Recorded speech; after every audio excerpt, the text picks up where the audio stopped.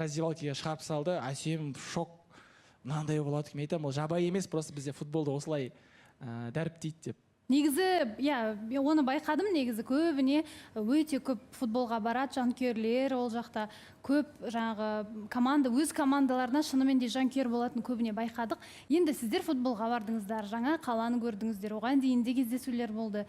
Әсем, қандай әсерде болдыңыз? Енді ол жерге бірінші барған мақсатымыз сол матчына поддержка болып барғым келді қасына. Солай бардық. Матчқа барған кезде негізі мен өзім былай футболды қатты түсіне бермейтін адаммын да.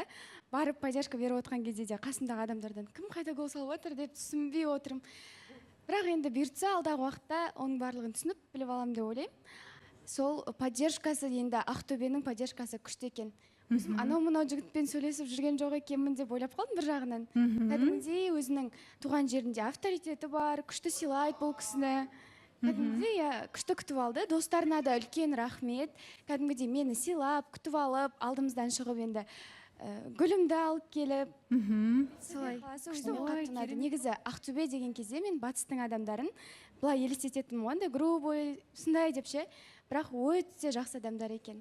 Сыйластығы енді бөлек екен. Сізге ұнады? Өте қатты ұнады. Енді бір ол жақта негізі туысқандарыңыз бар ма? Қызық болды осыған. Енді манашым Индияда, әкем қалада емес, тек жеңгем болды. Сосын жеңгем маған WhatsAppта жазып тұр. Маяқта отбасы деген группа шулап жатыр дейді. Әулет шулап жатыр. Әділет келін әкелді, әділет келіні. Біз ескертпей бардық қой аяқ асты. Сөйтіп, тыныштық қылыңдар дедім. Бірінші Индиядан приказ келсін дедім. Келіп тұрған қыз, жоқ, мен халықтың қызы бұл шынымен де аманат қылып әкелдім. Негізі ертең жай бір-екі күнге қыдыруға келдік. Ертең бұйырса енді алып келерім деп айтып жатырмын ғой. Бәрі шокта болып жатыр. Сосын жалпы біз бір-екі күнге бардық, бірақ та ұзақ бір жеті болған сияқты болдық. Өйткені достарымыз анда барайық, мында барайық, Әсемнің аяғын жерге тигізбеді. Маған вообще сен уайымдамашы деді ғой. Ол не деп жатса сен? Балауса ханым, осы жерде Әділетке де үлкен рахмет айтқым келеді да. Кәдімгідей 2 күннің ішінде мен Әділетті бір 80% таныдым деп айта аламын. Кәдімгідей мен сұрап жатырмын, енді қайда барамыз деп Ақтөбеде. Сен оны дым уайымдамаш. Главный не кем, қалай боянам деп қана уайымда болды. Қалғанның бәрін өзім шешемді еркелеп, кәдімгідей өзімнің қыз екенін сезініп жүрдім ше. Сіздің Әділет анаңыз не деп жатыр? Сіздің Ақтөбеге алып барғаныңыз. WhatsApp-тан жазып жүреді. Сен маған ескертпейтін болыпсың ғой деп айтып жатыр. Мамай барлығы аяқ асты, форс-мажор болды. Бірақ та енді біз жоқпыз ғой дейді. Енді өздерің қыдырып алдыңдар, ертең танысатын уақыт әлі алда болар енді дейді. Енді оны уайымдамаңдар, жассыңдар ғой дейді. Күшті жерлерге апар, тарихи жерлерге апар, біздің Ақтөбеден көңіл қалып қоймасын деп. Бір қызық болды. Енді біздер мен өзім үйімде тұрмын. Короче, кімді орналастырып жатырмын ғой, Әсемді. Осын жаңағы бір іштегі сотрудник апай тұрды да, қыз айтшы деп еді ғой. Қорқып кетті дейді. Мен айтамын, бұл бізге айналайын, былай тұр, мен өтіп кетейін деген сөзді деп жатырмын ғой. Сол жаңағы командаластарым бәрі таңқалып жатыр. Соны айтып берді. Келе жатырмыз ғой футболға қарай. Достарының бәрі, Әділет, сен қызбен сөйлесесің ба деп кәдімгідей андай реакция беріп жатыр да. Еш андай достары енді бұл кісінің бүйтіп қызбен жүргенін, қызбен сөйлескенін көрмеді. Үйренісіп жатырмыз, бір-бірлерімізді еркелетіп жатырмыз, нені жақсы көреміз, қандай әзілдейміз, қалай әзілдейміз, барлығын айтып жатырмыз деп жатсыздар. Прогресс дегендей бір өзі араларыңызда бір симпатия енді басында болды. Сіздерде бір менің сезімім ашылып келе жатқан сияқты дегендей әңгімелерге жететіндей деңгейдесіздер ме? Балауса ханым, прогресс біздің арамызда бар деп те айтсам болады. Ақтөбеге барып келгенше енді бұл кісінің көптеген жақсы қырларынан таныдым да. Басында айтып едім, осы жаққа ортаға шыққан кезде енді бұл кісіні қатты танымаймын, менде симпатия деген жоқ деген сияқты. Енді кішкене симпатия бар менде. Сізде бар. Әділет? Менде кәдімгідей сезімім ашылды, кәдімгідей өзінің сөздерімен, қылықтарымен, кәдімгідей сол нелермен баурап алып жатыр. Мен кәдімгідей күшті болып жүрдім да, комфортно дейді ғой. Мен өзімде балдарым айтамын ғой, менің қасымда любой қыз жарқырап жүреді, уайымдамаңдар, просто ол менің адамым болса шынымен де деп. Осын айта бер өзің. Қобалжып жатқан. Сіздерден бір қобалжу болып қалса ұялып қалатынымыз бар. Біз негізі сөйлесу барысында Балауса ханым барлық нәрсені шешіп алдық. Не ұнамайды, не ұнайды, отношения кезінде қандай нәрселерді кешіре алмайсың деген сияқты нәрселерді бір-бірімізден сұрап біліп, сол жағымен болашақта енді жұмыс істейміз, өткенмен вообще өмір сүрмейміз деп келісіп алдық. Ашық әңгіме болды. Айтып жіберейін енді. Самолетте жаңағы уақыт өткізу барысында кәдімгідей барлығын ашып алды, договорға отырып алды, былай істегенде былай болады. Менің осындай бір жаман қасиеттерім бар. Мысалға ұрсып қалсам, мен кетіп қаламын. Былай айтады да, наоборот, үндемей қалсаң, мен жынданамын, наоборот, сен неге сөйлемей тұрсың деп. Мен сондай адам конфликтте көп үндемей қалам. Бас мінезімді білемін да, қатты қыз ба екенін. Бірақ та қыз баласына ондай көрсеткім келмейді. Шынымен. Айтып отырған да, ұялып бірдеңе деген сияқты. Бірақ кішкене бір апта уақыт болды ма, примерно таныстықта жүргендеріне. Білмеймін, менің көзіме андай қылып көрінеді негізі. Білмеймін енді қалғандарына қалай бір өтірік жүріп жүрген сияқты болып көріне ма, жаңағы әңгімелеріне қарағанда да. Неге? Өйткені біреу Айгүлден ұялып, біреу Расылдан ұялып жүрген сияқты ма, білмеймін енді. Бір ортада отқаннан кейін по-любому басқаша көрінеді ғой енді көз. Екеуінің ситуациясы бірдей ғой негізі. Қарап тұрсаң, мысалы, Айгүл жаңағыда опада Айгүл деп жүрді, резко андай суып кетті деген сияқты. Тоже әсем тоже самое, алдында ғана айырылысты вроде бы. Бірақ уже қазір кәдімгі симпатиям бар адам мынау деп, білмеймін енді, кәдімгі шай орамал кепкенше деген сияқты болып кетті да, сезімдері ше, білмеймін. Неге барлығы тез деп жатыр ғой? Енді мына жерде өтірік жүріп жатқан сияқты бір кісілерді қызғандыру үшін деген әңгімелер болып жатыр ғой. Ол нәрсе енді біз пока үйленіп кетпегенше бола береді, мен оны білем. Жай ғана енді ақталмай қойын, ешқандай да өтірік емес, барлығы шынайы біздің арамызда. Қой басқа қалаға барып, кәдімгідей туған жеріңді көрсетіп бәрі керемет. Бірақ та әділет сен айтқан боласың осы жерде. Тәуіржан Айгүлге Дубайға жолдама берген кезде сен өзің айттың. Олардың жарайды, ол баласына жарайды ол нәрсе, бірақ та қыз баласына ертең артынан сөз болып қалады деп өзің сөзде Айгүлге айтқан болатынсың да. Бірақ та өзің әсемді алып кетіп тұрсың. Соған қалай жауап бересің сол нәрсе? Оның жауабы бар. Ол саған айтып кетейін. Себебі мен 2 күн болмаймын ғой.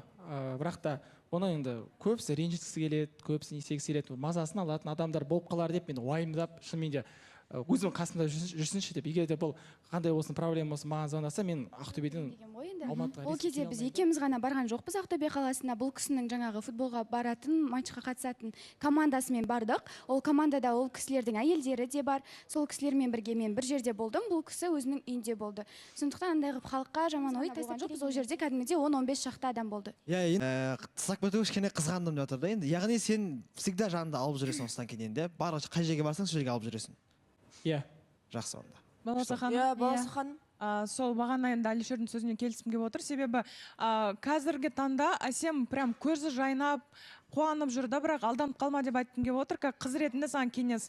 Өйткені кеше ғана басқа қызға сүйем деп жүрген жігіт бүгін саған ауып уже ойы сөйтіп жатқанына. Сол үшін өзін қолға алып, енді қатты бауыр басып, сразу енді ашылудың қажет жоқ деп отыр.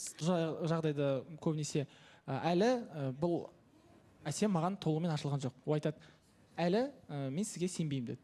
Потому что ондай толық емес, 100%-ға сізге сенбеймін деген жоқ. Әлі де барлығы мен тез болған қаламайым. Шынымен де айтып отыр, ситуация көріп отыр ғой, қаншама адам сезі ашылып кетіп отыр да, ақталмай қалып жатыр. Мен де жылап қалғым келмейді. Мен айттым, мен сені әсем жылатпаймын, уайымдама. Самый главный қасымда бол дедім, болды. Иә, Баласа ханым, негізі Әділет пен Әсемнің жалпы таныстықтарын білем, екеуі де маған былайынан келгенде жақын адамдар да, негізі адам ретінде екеуін де қатты сыйлаймын. Бірақ расымен де уже бір рет істелді, 2 рет істелді, 3 рет істелді, бір 4-ші, 5-ші болып па, уже каждый раз бізде қатысушылар сол нәрсені дұрыс істеп көріп жүр ма, мен түсінбеймін да, каждый раз басқа қалаға кездесуге барған деген сияқты нәрсені. В чем прикол деген нәрсені мен түсінбеймін да, кәдімгідей. И бәрінің жауабы бір, барлығының айтатын жауабы бір, андай қылып айтады. Біз екеуміз ғана барған жоқпыз, біздің қасымызда 10-15 адам болды деп. Бәрі тура сол жауапты айтады да. Енді мен білем, жалпы біздің қыздардың бәріне сенем. Білмеймін, артық нәрсе допускать ететін қыздар емес ешқайсысы. Барлығын өзім білем да, адам ретінде танимын. Бірақ теледидардың ар жағында отырған адамдар ол нәрсені білмегеннен кейін сәл-пәл бұл нәрсе ертең күні әңгіме болып кетеді ма деген сияқты мағынада айтып отыр деп ойлаймын басқа адамдарда. Ал бірақ именно махаббаттарына байланысты, жалпы егер де екеуін былай бір өмірде сөйлесіп көрмегенде, мен де ойларым едім, біреуі басқасын, біреуі басқасын бір ерегісіп махаббат жасап жүрма деген сияқты. Бірақ енді бұл екеуінің махаббаты қалай тез болып кеткен түсінбей де қалдым. До того телефондарының бетінде фонда екеуінің бір-бірінің фотолары тұр ғой.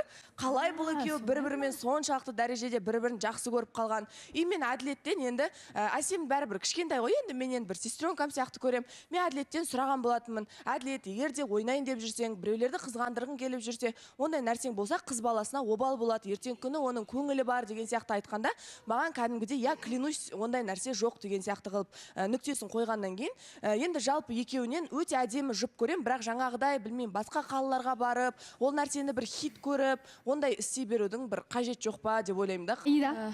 Иә, Баласа ханым, жалпы тағы қаншауы қай қалаға барады екен деген ой келіп отыр да ана жақта ше. Біреуіне айтсаң екіншісі ұшып кетеді, екіншісі айтсаң үшіншісі ұшып кетеді, үшіншісі айтса төртіншісі, уже бесіншісі кетіп бара жатыр. Білмеймін, біздің қыздарға шынымен де Ақеркенің сөзіне толықтай бір кездесу андай не сияқты тренд па сендер үшін или жарысып жүрсіңдер ма бір-бірлеріңмен? туризмді дамыту. Мен просто айтатын сылтауы бір. Біз жалғыз болған жоқпыз. Біз командамен бардық, біз ана жақпен бардық, біз мыналармен бардық деген сияқты әңгіме. Просто мен Әсемге айтқым келеді, жарайды Әсем, бұл жерде жарайды Айдана барса оған да сөйледік, бірақ жасы енді 30-ға келіп қалған деген сияқты ғой.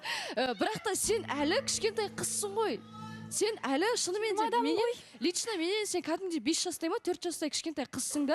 Мынандай ой келеді да, бұлардың бір андай ата-аналары үй іші ештеңе демей ма деген ой келеді да маған. Сонда не болып кетті басқа жігітпен, сонда таныста жүрген жігітпен, тем более ол сенің официально жігітің де емес та, кете бересіңдер басқа қалаға, бір қорқыныш сезім деген болмай ма осы қыз бастарыңмен деген сұрақ қойғым келеді бір жағынан. Шынымен де елге сен Әсем кәдімгідей андай болып көрініп жатсың да, Әсемде бір сезім болмаса да, бір болса да, главный мына адаммен таныстықта отырмын ғой, главный менің қасымда жігітім бар болды деп қана жүрді. Бұл кісіше ешқандай бір шынымен де андай кімнің сөзі бойынша, Айгүлдің сөзі бойынша махаббаттың маягі да келмейді, сезімнің жалыны да жоқ, бір-біріне қарап маған ұнайды деген андай бір романтиканы көрсетіп отқан жоқсыңдар. Тек қана бір видеомен ғана мына жерде әйтеуір бізді сендіруге тырысасыңдар да, просто сезім деген ол сен үшін бір оңай дүние сияқты.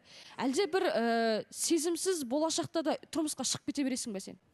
Ұнайды деп істеп жатқан жоқсыңдар, екеуіңдікі өтірік сияқты деп әңгіме айтып жатсың да. Енді біз жоқ емеспіз, біз бір-бірімізге жақсы көремін, күнім айым деп жүретіндей.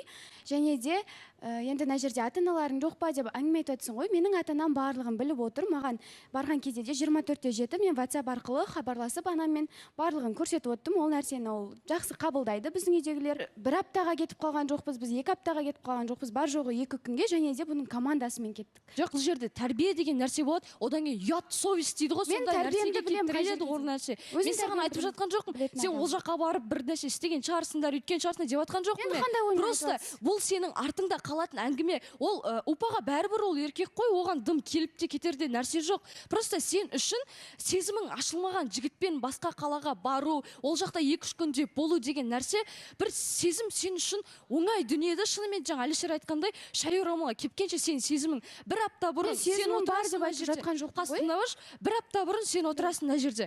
Ойбай, Расул маған сондай сөз берді, мен Расулмен сыртта қосылған едім, ол мені тастап кетті деген сияқты. Көзің ағып отырасың да, бір аптадан кейін сен келіп алып, мен что-то ұпаға симпатиям бар сияқты деген сияқты. Бір андай қалай айтсам екен, жігіт айтса мен түсінетін едім да, мына қыз маған ұнап тұр, бірақ бір аптадан кейін басқа қыз ұнап қалды деген сияқты. Бірақ қыздың сондай әңгіме айтқаны бір ұяттылық. Енді Аида енді ренжімеші, енді мықты номер 1 лучше жігіт. Не нәрсеге сенгісі келеді, сол нәрсеге сенеді ғой. Сенбеймін дейтін адамдар ол сенбейді. Сен миға жалпы қандай хабар бересің, сенің тілінен сондай сөз шығады деген сияқты ғой. Мен жалпы басқа қалаға баруын жалпы дәріптегенін құптамаймын негізі. Былай сезімдеріне келетін болсақ, мен жалпы менің көзіме бұл екі жан шынайы болып көрінеді. Шынымен де сезімдеріне болсын, былай болсын, бір-біріне еркелегендері алдында бір тамақ ішіп отқан кезде өзім жалғыз отырып қалдым. Алдында Ұпа мен Әсем отырды да, кәдімгі бір-біріне еркелеп, Ұпаның еркелеткеніне Әсем ұялып, кәдімгідей сондай бір күшті бір көрініске куә болғаным бар. Енді мына жерде қазір ұялып отыр ғой, соны ұялсаң да бір өзің бір жылы-жылы сөздеріңді айтып, бір еркелететін бір ретің бар еді ғой, Ұпажан айналайын. Осы жерде бір айтып жіберсеңіз, бір марқайып қалар еді. Әдемі еркелету күтеміз.